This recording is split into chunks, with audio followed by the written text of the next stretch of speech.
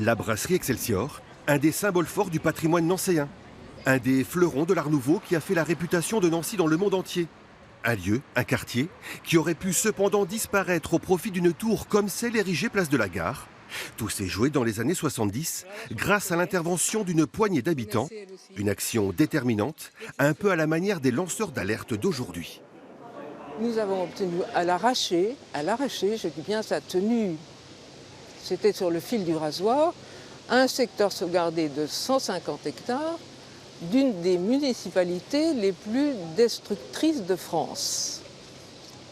Donc 76, nous avons l'arrêté créant le secteur sauvegardé. Mieux vaut tard que jamais, l'épisode du sauvetage de l'Excelsior fait prendre conscience que Nancy dispose d'un patrimoine exceptionnel qu'il faut protéger, avec ses incontournables places, Stanislas, Carrière et d'Alliance, mais pas seulement. Cet héritage, c'est aussi la ville vieille autour du musée Lorrain et la ville neuve bâtie à la Renaissance. Un ensemble de 150 hectares aujourd'hui classés secteur sauvegardé qui devrait s'agrandir. 16 hectares de plus au total, 10% de l'ensemble de la ville, proportionnellement un des plus importants de France derrière Paris, Lyon et Bordeaux. Après, c'est quelle vision du patrimoine on a ? Est-ce que c'est une vision un peu muséale, avec, je dirais, une sorte de centre-ville sous cloche, vous voyez, où il ne se passe rien ? Ou est-ce qu'au contraire, on se dit que c'est tellement beau qu'il faut que ça vive, qu'il faut que des gens puissent y habiter, qu'il faut qu'il puisse y avoir de l'activité économique, des services, des commerces ? Et c'est ça l'idée de notre plan de sauvegarde et de mise en valeur du site patrimonial remarquable de Nancy. C'est avant tout une mise en vitalité du centre historique. C'est bien sûr sa protection, mais c'est aussi sa mise en vitalité, réussir cet équilibre. Une ambition qui soulève néanmoins quelques questions, notamment pour celle qui, depuis 30 ans, a fait de la sauvegarde de la beauté de la ville son cheval de bataille.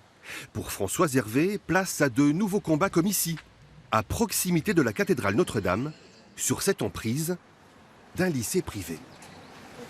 Le futur plan de sauvegarde indique qu'on va construire un immeuble ici. Oui, donc il va cacher la cathédrale, bien entendu, alors que le même plan de sauvegarde indique qu'on est dans le quartier canonial, rue des Chanoines, c'est ici, et que la caractéristique, ce sont des immeubles derrière des jardins. On ne peut pas toucher parce qu'il y a une identité de la ville qui est constituée de caractères tout à fait particuliers et qu'on a identifié, si vous voulez. Et si vous mettez là-dedans un ovni, il n'y a plus rien. Ce projet de construction est loin d'être un cas isolé, mais il illustre à sa façon les multiples problématiques liées à la conservation du patrimoine et à la constitution de secteurs sauvegardés. Un débat qui à Nancy est plus que jamais d'actualité et qui le sera sans doute encore davantage lors des prochaines municipales.